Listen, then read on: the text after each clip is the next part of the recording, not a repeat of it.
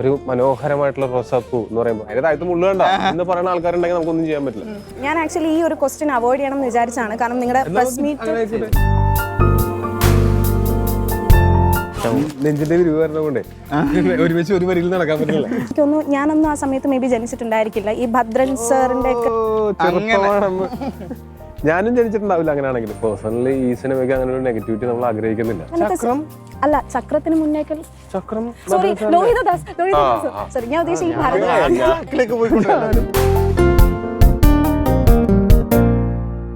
Tag ലൈനിൽ നിന്ന് തന്നെ തുടങ്ങാം. ചേട്ടൻ്റെ പഴയ മൂവിയിലാണെന്നുണ്ടെങ്കിലും ഒരു ടാഗ് ലൈൻ ഉണ്ട്, അതേപോലെ ഈ മൂവിയിലും ഒരു ടാഗ് ലൈൻ കൊടുത്തിട്ടുണ്ട്. അതെന്താണ് ചേട്ടൻ സ്പെസിഫിക് ആയിട്ട് ഒരു ടാഗ് ലൈൻ കൊടുക്കുന്നതിലുള്ള ചേട്ടൻ്റെ താല്പര്യം?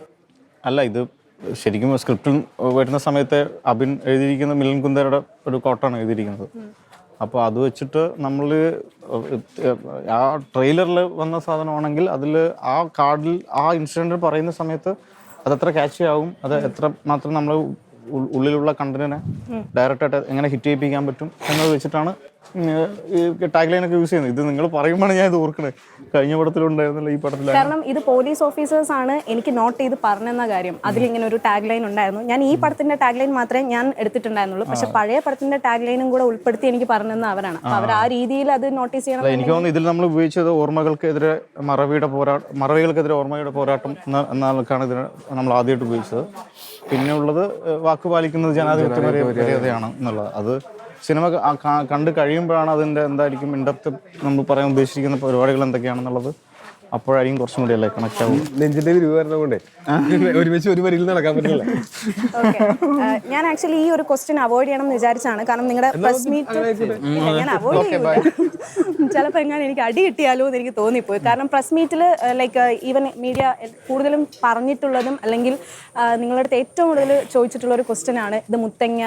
ആ വേർഡ് ആക്ച്വലി നിങ്ങളുടെ അടുത്ത് യൂസ് ചെയ്യേണ്ടെന്നാണ് ഞാൻ പേഴ്സണലി വിചാരിച്ചത്. കാരണം എനിക്ക് ക്ലിയർലി മനസ്സിലായി നിങ്ങൾ ഉദ്ദേശിക്കുന്നതെന്ന് പറഞ്ഞു കഴിഞ്ഞാൽ അങ്ങനെ നടന്നിട്ടുള്ള ഒത്തിരി ഇൻസിഡൻസിന്റെ ഒരു എന്താ പറയാ ഒരു കമ്പൈൻ എന്ന് പ്രധാനമായിട്ട് എന്താ വെച്ചാൽ നമ്മൾ എന്തെങ്കിലും അങ്ങനെ ഒരു പേര് നമ്മൾ ഓൺ ചെയ്യണമെങ്കിൽ നമ്മൾ അതിനെപ്പറ്റി ചെയ്യുന്ന ഒരു സിനിമ ആയിരിക്കണം, അല്ലെങ്കിൽ ഒരു ഡോക്യുമെന്ററി ആയിരിക്കണം. ഇത് നമ്മൾ ഫിക്ഷൻ ഉപയോഗിച്ചിട്ടുള്ള ഒരു കാര്യത്തിന് നമുക്ക് ആ പേര് ഉപയോഗിച്ച് നമുക്ക് ലേബിൾ ചെയ്യാൻ പറ്റും. കോൺട്രവേഴ്സി ആക്കിയിട്ട് നമുക്ക് അത്ര മാർക്കറ്റിംഗ് നമുക്ക് വേണ്ടെന്നുള്ളതാണ്. വെറുതെ ഒരു കോൺട്രവേഴ്സി നമ്മൾ എടുത്തേക്കുന്ന സിനിമയിൽ പറയുന്ന ആശയം സ്വാഭാവികമായിട്ടും ആൾക്കാർക്ക് മനസ്സിലാവുമല്ലേ. അതല്ലാതെ നമുക്ക് ഇതൊരു അതിനകത്ത് നമ്മൾ ഈ ആശയം കൺവേ ചെയ്യാൻ വേണ്ടിയിട്ട് നമ്മൾ ഇതിനകത്ത് ഫിക്ഷണൽ എലമെന്റ്സ് നമ്മൾ അഡീഷണലി ആഡ് ചെയ്തിട്ടുണ്ട്. റിയൽ ഇൻസിഡൻസിന് അതേപോലെ ഷൂട്ട് ചെയ്ത് വെച്ചേക്കല്ല. പിന്നെ അങ്ങനെ നമുക്ക് ആ റിയൽ ഇൻസിഡൻസിനെ ഓൺ ചെയ്യാൻ പറ്റുമോ? ഓൺ ചെയ്യാൻ പറ്റില്ല ഒരിക്കലും, അത് ശരിയല്ല. ആക്ച്വലി ഈ മീഡിയ ഇങ്ങനെ ചോദിച്ചപ്പോൾ ഞാനും കരുതിയത് മേ ബി അവർക്ക് അങ്ങനെ ഒരു ക്വസ്റ്റ്യൻ അത് ആഡ് ചെയ്യണം എന്ന് വിചാരിച്ചിട്ടെന്നാണ് ഞാൻ കരുതിയത്. പക്ഷേ ഈ ഓഫീസേഴ്സായിട്ട് സംസാരിച്ചപ്പോൾ അവരെന്നോട് ചോദിച്ചിട്ടുണ്ടായിരുന്നു, ഞങ്ങൾക്ക് ഈ ഒരു ട്രെയിലർ കണ്ടപ്പോൾ അതിൽ പല സീൻസും കണ്ടപ്പം ഞങ്ങൾക്ക് എക്സാക്ട്ലി ഈ ഒരു ഇൻസിഡൻറ്റുമായിട്ട് റിലേറ്റ് ചെയ്ത് തോന്നി, ഞങ്ങൾക്ക് ആ ക്വസ്റ്റ്യൻ ചോദിക്കാവോ എന്നുള്ള രീതിയിൽ ചോദിച്ചിട്ടുണ്ടായിരുന്നു. അപ്പോൾ ഞാൻ പറഞ്ഞു നിങ്ങൾക്ക് വേണമെന്നുണ്ടെങ്കിൽ ആ ഒരു ഇയറിനെ ആസ്പദമാക്കിയിട്ട് നിങ്ങൾ ചോദിക്കൂ. കാരണം അവർ ഒരു പോലീസ് സീൻ കാണിക്കുന്നുണ്ട്, മീൻസ് ഇങ്ങനെ കഴുത്തിൽ കൈവച്ചിട്ടുള്ളൊരു സീന്, അത് പ്ലസ് ഈ ഒരു ലേഡി ക്യാരക്ടർ, അത് റിയലിലുള്ള ഒരു ക്യാരക്ടറാണ്. ഇത് രണ്ടും ഈ സെയിം പോലീസ് ഓഫീസേഴ്സ് ആണ് നോട്ട് ചെയ്ത് പറഞ്ഞു തന്നത്. സോ അത് അവർക്കൊരു ഡൗട്ടായിരുന്നു, ഈ ഒരു ഇൻസിഡന്റ് ആണോ ആക്ച്വലി നിങ്ങൾ കംപ്ലീറ്റ്ലി ഈ ഒരു മൂവിയിൽ ചെയ്യുന്നത്, അല്ലെങ്കിൽ ഒരു മെജോറിറ്റി.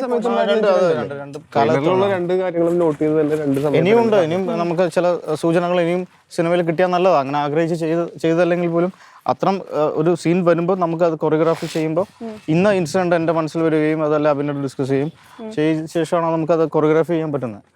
ഇപ്പം നോക്കൂ, നിങ്ങൾ ആടുജീവിതം സിനിമ, അത് ആടുജീവിതം എന്നുള്ള നജീബിൻ്റെ കഥ നോവലാക്കുമ്പോൾ ഫിക്ഷനാണ് നോവലിലുണ്ടായിരുന്നത്. നോവലിനേക്കാൾ കൂടുതൽ ഫിക്ഷനാണ് അവർ സിനിമയിൽ ആഡ് ചെയ്തിരിക്കുന്നത്. അത് പറയുകയും ചെയ്യപ്പെട്ട കാര്യം. അപ്പോൾ സിനിമയ്ക്ക് കുറച്ചും കൂടി ലിബർട്ടി ഉണ്ട്, നമുക്ക് ചെയ്യാനുള്ള സ്വാതന്ത്ര്യമുണ്ട്. അപ്പോൾ അത്തരത്തിലുള്ള സ്വാതന്ത്ര്യം വെച്ച് നമ്മൾ ചിലപ്പോൾ ചില സാമൂഹ്യ വിമർശനങ്ങൾ ചിലപ്പോൾ സിനിമയിൽ എടുക്കുന്നുണ്ടാവും. അത് ഉണ്ടോ നടന്നോ ഇല്ലയോ മൊത്തം ചളിയാണല്ലോ പോയി. അപ്പോൾ നടന്നോ സംഭവിക്കുന്നുണ്ടോ ഇല്ലയോ എന്നുള്ളത് സിനിമ കണ്ടു കഴിഞ്ഞിട്ട് പറയേണ്ട കാര്യമാണ്. ഇനി ഒരു ക്വസ്റ്റ്യൻ എന്ന് പറഞ്ഞു കഴിഞ്ഞാൽ, ഇപ്പോൾ പണ്ട് കാലത്ത് എനിക്ക് തോന്നുന്നു കുറച്ചുകൂടെ ഈ പവർഫുൾ ആയിട്ടുള്ള കഥകളൊക്കെ ഈ പണ്ടത്തെ എനിക്ക് തോന്നുന്നു ഞാനൊന്നും ആ സമയത്ത് മേ ബി ജനിച്ചിട്ടുണ്ടായിരിക്കില്ല. ഈ ഭദ്രൻ സാറിന്റെ ഒക്കെ ഞാനും ജനിച്ചിട്ടുണ്ടാവില്ല. അങ്ങനെയാണെങ്കിൽ ചേട്ടൻ ജനിച്ചിട്ടുണ്ട്. ഞാൻ ചേട്ടന്റെ ഏജ് വരെ ഞാൻ എടുത്തിട്ടാണ് വന്നേക്കുന്നത്. സോ അതുകൊണ്ട് ചേട്ടൻ എന്തായാലും ജനിച്ചിട്ടുണ്ട്. അത് ഞാൻ പറയാൻ ഉദ്ദേശിക്കുന്നത് അല്ലെ, ഞാൻ അങ്ങനെ അതാ പറയാൻ ഉദ്ദേശിച്ചത്. എനിക്കറിയത്തില്ല എന്ന് വെച്ചാൽ ഒരു പടം അറിയത്തില്ല എന്നല്ല. ഇപ്പൊ ചക്രം ആ ഒരു ടൈപ്പ് ഓഫ് എനിക്കറിയാം. അതല്ലാണ്ട് അതിനു മുന്നേ ഇവർ ചെയ്തിട്ടുണ്ടല്ലോ. അപ്പൊ അങ്ങനത്തെ അല്ല ചക്രത്തിന് മുന്നേക്കൽ ചക്രം സോറി ലോഹിതദാസ് സോറി ഞാൻ ഉദ്ദേശിച്ച ഈ ചക്രത്തിന് മുന്നേ ഞാൻ പറഞ്ഞില്ലേ ലോഹിതദാസ് അതായത് ഇതേപോലുള്ള ഡയറക്ടേഴ്സ് ഉണ്ടല്ലോ പണ്ട് ഒത്തിരി പവർഫുൾ ആയിട്ടുള്ള ക്യാരക്ടേഴ്സും അങ്ങനത്തെ ഒത്തിരി മൂവീസ് ഒക്കെ ചെയ്തിട്ടുള്ള ഡയറക്ടേഴ്സ് ആണ്.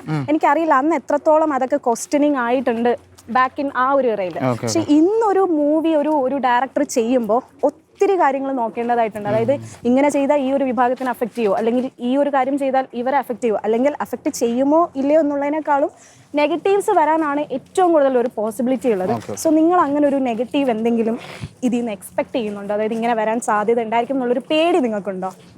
ഇല്ല.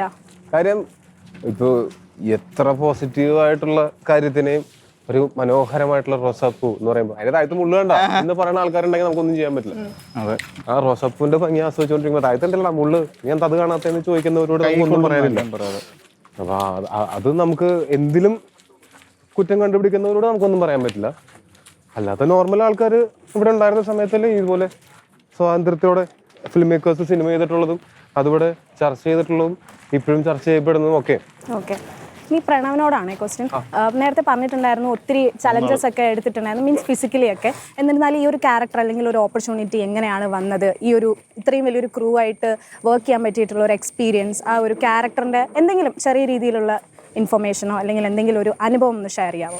ആക്ച്വലി ഇതെന്നോട് എല്ലാ ഇന്റർവ്യൂവിൽ ചോദിക്കുന്ന സമയത്തും എനിക്ക് ആക്ച്വലി ഒന്നേ പറയാനുള്ളൂ, ഗോഡ്സ് ഗ്രേസ് തന്നെ പറയാം. കാരണം ദൈവം നേരിട്ട് നമുക്ക് ഏതെങ്കിലും ഒരു സാഹചര്യത്തിൽ ചിലപ്പോൾ നേരിട്ട് കൊണ്ടുവന്ന് ദൈവമായിട്ട് തന്നു എന്നൊക്കെ പറയില്ല, അതുപോലെ എനിക്ക് ദൈവം നേരിട്ട് തന്നൊരു ചാൻസ് തന്നെയാണ്.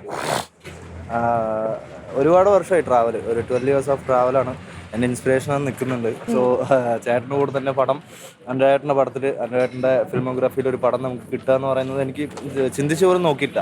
ഞാൻ ആക്ച്വലി ഇതിൻ്റെ മോഷൻ പോസ്റ്റ് വരുന്ന സമയത്ത് മലയാള സിനിമ എപ്പോഴും ഭയങ്കര സ്പീഡാണല്ലോ, ഷൂട്ടിംഗ് കഴിഞ്ഞ ശേഷമാണ് എല്ലാ അപ്ഡേറ്റും അവർ തരുക. അതുപോലെ മോഷൻ പോസ്റ്റ് വരുന്ന സമയത്ത് ഞാൻ ഓൾറെഡി ഷൂട്ട് കഴിഞ്ഞ മൂവി ആയിരിക്കും. ശരി, വരിവേട്ട എന്നുള്ള ടൈറ്റിൽ എനിക്ക് ഭയങ്കര ഇഷ്ടം, എനിക്ക് കാടും അങ്ങനെയുള്ള പരിസരമൊക്കെ ഭയങ്കര ഇഷ്ടമാണ്. ഓക്കെ, എന്നാൽ ഏതായാലും ഒന്ന് ടാഗ് ചെയ്തേക്കാം. ടാഗ് ചെയ്ത് കഴിഞ്ഞാൽ എന്നെ ഒന്ന് കണ്ടോട്ടെ, അടുത്ത പടത്തിലെങ്കിലും വിളിക്കുമല്ലോ എന്നുള്ള രീതിയിലാണ് ഞാൻ ടാഗ് ചെയ്തത്. പക്ഷേ ടാഗ് ചെയ്ത ശേഷമാണ് അറിയുന്നത് ഇതിൻ്റെ കാസ്റ്റിംഗ് കഴിഞ്ഞിട്ടില്ല, ഷൂട്ടിംഗ് ഓൾറെഡി നടന്നുകൊണ്ടിരിക്കുന്നുണ്ട്. പക്ഷേ ഈ ഒരു ക്യാരക്ടറിൻ്റെ കാസ്റ്റിംഗ് ഇവർ ഒരുപാട് ദിവസമായിട്ട് തപ്പിക്കൊണ്ടിരിക്കുന്നുണ്ട്, ഓഡിഷൻസ് വന്നു പോകുന്നുണ്ട് ഈ ക്യാരക്ടറിന്, പക്ഷേ ആരെയും സെലക്ട് ആയിട്ടില്ല. അങ്ങനത്തെ ഒരു ഇതായിരുന്നു. പിന്നെയാണ് എനിക്ക് കണക്റ്റ് ആവുന്നത്. പിന്നെ ഞാൻ അനുരാഗ് ചേട്ടനെ പോയി നേരിട്ട് കാണുന്നു, അനുരാഗ് ചേട്ടൻ ഒരു ഓഡിഷൻ വെക്കുന്ന ഒരു സീൻ തരുന്നു. നമുക്ക് നോക്കാം. പുള്ളിക്കാരൻ അതിൻ്റെ ഫസ്റ്റ് ഷെഡ്യൂളിൻ്റെ തിരക്കിലായിരുന്നു, അപ്പോൾ ഡീറ്റെയിൽഡ് ആയിട്ട് നമുക്ക് സംസാരിക്കാനൊന്നും സമയം കിട്ടിയില്ല. നമുക്ക് നോക്കാമെന്ന് പറഞ്ഞ് വിട്ടു. പക്ഷെ ഞാൻ പറഞ്ഞു പോകുന്ന ഒരു ഒറ്റ കാര്യം, അനുരാഗേട്ടാ എനിക്ക് ഈ ക്യാരക്ടർ പുൾ ഓഫ് ചെയ്യാൻ പറ്റും എന്നുള്ളൊരു ധൈര്യം എനിക്കുള്ളിലുണ്ട്. അപ്പോൾ എന്നെ വിശ്വസിക്കുകയാണെന്നുണ്ടെങ്കിൽ ഞാൻ ചെയ്യാം എന്നുള്ളൊരു കാര്യം മാത്രമേ ഞാൻ പറഞ്ഞുള്ളൂ. പക്ഷേ അത് അനുരാഗേട്ടൻ കേട്ടു, വിശ്വസിച്ചു എന്നുള്ളത് തന്നെയാണ്. അതാണ് ഇപ്പോൾ ഇവിടം വരെ എത്തി നിൽക്കുന്നത്.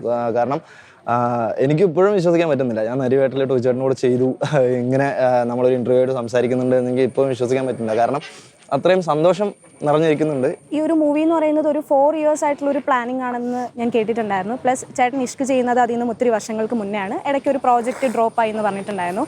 അപ്പോൾ അത്രയും ഒരു ഇയർ ബ്രേക്കിനിടയിൽ ഒരു പുതിയൊരു മൂവി ആയിട്ട് വരുമ്പോൾ, അതും ഇത്രയും നല്ലൊരു ക്രൂ ആയിട്ട് വരുമ്പോൾ ചേട്ടൻ എത്രത്തോളം ചലഞ്ചസ് ഉണ്ടായിരുന്നു? ഒന്നാമത് ഈ കാലഘട്ടം ഇടയ്ക്ക് നമ്മൾ കോവിഡൊക്കെ വന്നതിന് ശേഷമുള്ള ഗ്യാപ്പുണ്ട്, അതിന് ഉറപ്പായിട്ടും. എല്ലാ സിനിമയ്ക്കും ചലഞ്ചസ് ഉണ്ട്. ഇപ്പോൾ ഇത് മാത്രമല്ല, ഇനി അടുത്ത സിനിമയിലേക്ക് പോകുമ്പോഴും ചലഞ്ചസ് ഉറപ്പായിട്ടും ഉണ്ടാവും. എന്നെ സംബന്ധിച്ചിട്ട് ഒന്നും അല്ലേ, നമ്മളൊക്കെ സംബന്ധിച്ചിട്ട് പ്ലേറ്റിൽ എടുത്ത് വെച്ചിട്ട് കഴിക്കടാ എന്ന് പറയുന്ന സംഭവം ഉണ്ടായിട്ടില്ല.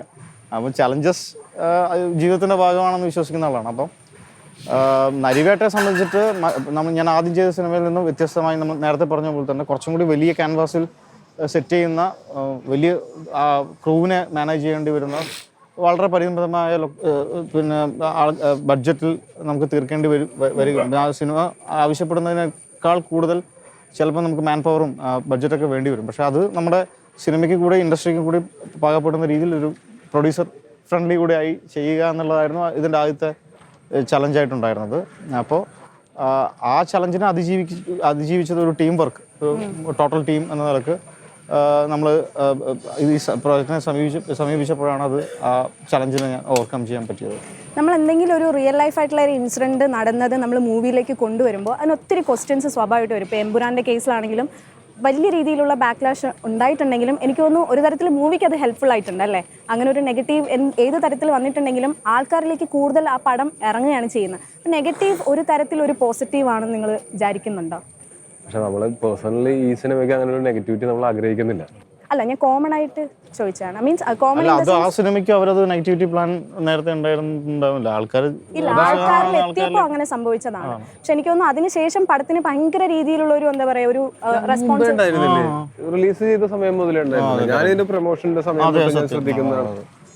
ഫസ്റ്റ് ഡേ എന്തുമാത്രം ആൾക്കാരാണ് ഈ സിനിമ കണ്ടത്. അത് എനിക്ക് തോന്നുന്നില്ല കേട്ടോ നെഗറ്റിവിറ്റി ആണ് ആ സിനിമേനെ ഇത്രയും വലിയ ഹിറ്റ് ആക്കിയത്. ആദ്യത്തെ ദിവസം ആ നെഗറ്റിവിറ്റി ഉണ്ടായിരുന്നില്ലല്ലോ, എന്നിട്ട് നല്ലപോലെ ആളുകൾ ഫസ്റ്റ് പാർട്ട് കഴിഞ്ഞ് സെക്കൻഡ് പാർട്ടിന് എല്ലാവരും വെയിറ്റിംഗ് ആയിരുന്നു. ഒബ്വിയസ്ലി വെയിറ്റിംഗ് ആയിരുന്നു എങ്ങനെ ആയിരിക്കും എന്നുള്ളത്. പക്ഷെ എനിക്ക് തോന്നുന്നു ഒരു ഇടയിൽ ഒരു ഇത് ഇങ്ങനെ ഒരു സംഭവം ഉണ്ട് എന്ന് അറിഞ്ഞപ്പോഴത്തേനും അതിന് കുറച്ചും കൂടി ഒരു റീച്ച് കിട്ടിയതുപോലെ ഈ പടത്തിൽ നിന്ന് ആൾക്കാരിലൊരു ഒബ്വിയസ്ലി ഉണ്ടായിട്ടുണ്ടായിരുന്നു. എനിക്കതൊരു ഒരു സോഷ്യൽ മീഡിയ സ്പെക്കുലേഷൻ ആയിട്ട് തോന്നിയത്. ഞാൻ വെച്ചാൽ അതല്ലാതെ അപ്പൊ അങ്ങനെയാണെങ്കിൽ അങ്ങനത്തെ ഒരു നെഗറ്റിവിറ്റി ഇല്ലാതെ ലാലേട്ടന് തൊട്ടടുത്ത സിനിമയും ഇത്രയും ആളുകൾ കയറി കാണുകയൊക്കെ ചെയ്യുന്നുണ്ട്. അപ്പൊ എനിക്ക് തോന്നുന്നു ആ സിനിമയ്ക്ക് അങ്ങനെ ഒരു ഹൈപ്പ് ഉണ്ടായിരുന്നല്ലോ ഓൾറെഡി. അതുകൊണ്ടായിരിക്കണം ഇത്രയും ആള് വന്നതെന്നാണ് ഞാൻ വിശ്വസിക്കുന്നത്. നെഗറ്റിവിറ്റി വന്നു കഴിഞ്ഞാൽ അതുകൊണ്ട് കൂടുതൽ ആൾക്കാർ കയറുന്നുണ്ടെങ്കിൽ നമുക്ക് ഈസി അല്ലേ അത് ചെയ്താൽ പോരെ. അങ്ങനെ എനിക്ക് തോന്നുന്നില്ല. എനിക്ക് അത് ആ സിനിമ കാണാൻ വേണ്ടിയിട്ട് ആഗ്രഹിച്ച ആൾക്കാർ തന്നെ അത് വന്ന് കണ്ടതായിട്ടാണ് ഞാൻ മനസ്സിലാക്കുന്നത്. നമ്മളിപ്പോൾ ഒരു ഉത്സവ പറമ്പിൽ നമുക്ക് വേണമെങ്കിൽ സ്റ്റേജിൽ നിന്ന് ഗാനമേള അല്ല ഒരു പാട്ട് പാടിയിട്ട് ആൾക്കാരെ ശ്രദ്ധ ആകർഷിക്കാം, അതല്ലെങ്കിൽ മറ്റു നല്ല വൃത്തിയിട്ട ചേഷ്ടകൾ കാണിക്കാം. ഏത് വേണമെന്നുള്ളത് നമ്മുടെ ചോയ്സാണ്. എന്തായാലും നമ്മൾ ഉദ്ദേശിക്കുന്നത് ഇല്ല നെഗറ്റീവ് പബ്ലിസിറ്റിയോട് കൂടെ ഇതിലെ പോസിറ്റീവ് വശങ്ങൾ ചർച്ച ചെയ്യപ്പെടണം, ആ നന്മ ആൾക്കാരിലേക്ക് എത്തണം എന്നാണ് നമ്മൾ ചർച്ച ചെയ്യപ്പെടണം എന്ന് ആഗ്രഹിക്കുന്നുണ്ട്. പക്ഷെ നെഗറ്റീവ് ചർച്ചയല്ല നമ്മൾ ആഗ്രഹിക്കുന്നത്. ഇതിനകത്ത് ഇപ്പൊ നമ്മള് പറയുന്ന കാര്യങ്ങൾ ആർക്കെങ്കിലും ഒഫൻഡ് ആവുന്നുണ്ടെങ്കിൽ അവർ സ്വയം പരിശോധിക്കേണ്ടതാണ്.